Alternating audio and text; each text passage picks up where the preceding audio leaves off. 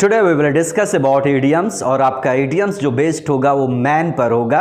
तो वीडियो को आप लोग लास्ट तक जरूर देखिएगा ताकि सारे वर्ड्स आपको क्लियर हो जाएं। Let's start. तो पहला आपका वर्ड है a man in a thousand, एक ऐसा इंसान जो थाउजेंड में एक हो। तो कहने का मतलब ये हुआ कि वो थोड़ा सा अलग होगा, उसके अंदर एक अलग कैपेबिलिटी होगी, क्षमता होगी।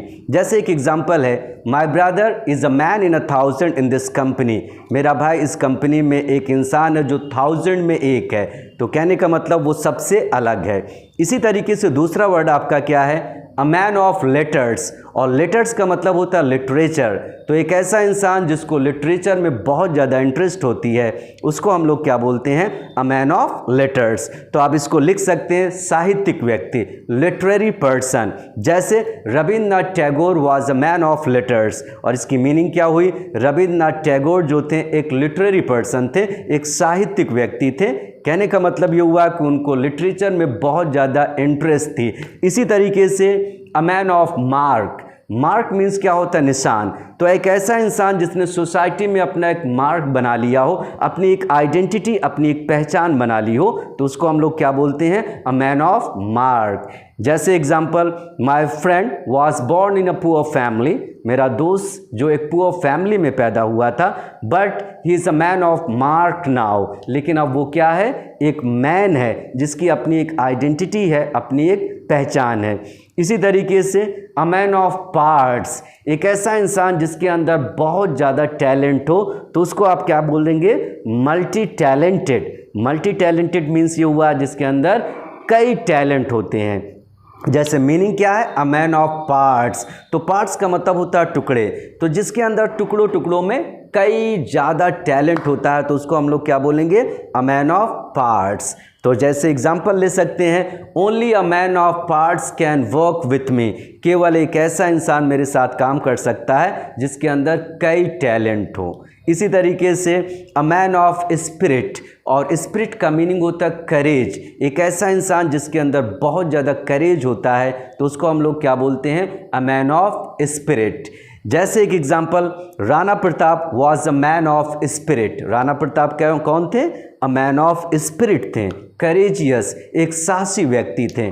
इसी तरीके से अ मैन ऑफ स्ट्रॉ, और स्ट्रॉ मीन्स क्या होता है, तिनका, एक ऐसा इंसान जिसके पास कोई प्रॉपर्टी नहीं है, कोई बैंक बैलेंस नहीं है, तो उसको हम लोग क्या बोलेंगे, एक तिनको वाला इंसान, अ मैन ऑफ स्ट्रॉ। जैसे Ravi is a man of straw in our society, Ravi हमारे समाज में क्या है, एक मैन ऑफ स्ट्रॉ है, उसके पास कोई प्रॉपर्टी नहीं है, कोई बैंक बैलेंस नहीं है, तो आप गरीब भी उसको कह सकते हैं। इसी तरीके से a man of one's word, एक ऐसा इंसान जिसकी वर्ड की वैल्यू हो, कहने का मतलब ये हुआ जिस पर भरोसा किया जा सके। जैसे एक example, you can trust me, आप मुझ पर भरोसा कर सकते हैं, because I am a man of my word, क्योंकि मैं अपने बात का पक्का इंसान हूँ। इसी तरीके से अ मैन ऑफ वेट, और वेट का मतलब क्या होता है, वजन, एक ऐसा इंसान जिसका एक वजन होता है, जिसको लोग रिस्पेक्ट करते हैं, जिसकी समाज में एक वैल्यू होती है। जैसे John is a man of weight and you can trust him, John क्या है, अ मैन ऑफ वेट है, मीनिंग हुई कि वो एक वजनदार इंसान है, and you can trust him, आप उस पर भरोसा कर सकते हैं। इसी तरीके से a man of the world, a man of the world का मतलब एक ऐसा इंसान जिसके पास वर्ल्डली नॉलेज होता है, सांसारिक ज्ञान होता है, और साथ ही साथ उसके पास बहुत ज़्यादा एक्सपीरियंस होता है, अनुभव होता है, उसको हम लोग क्या कहते हैं, a man of the world.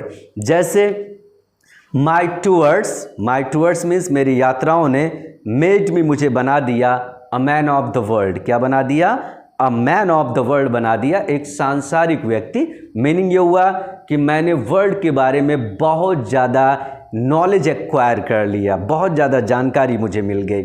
इसी तरीके से a man in the street, और स्ट्रीट का मतलब क्या होता है, सड़क, तो इसकी मीनिंग लोगों ने क्या निकाल लिया, ऑर्डिनरी पर्सन, एक कॉमन, आप कॉमन भी बोल सकते हैं, एक सामान्य व्यक्ति।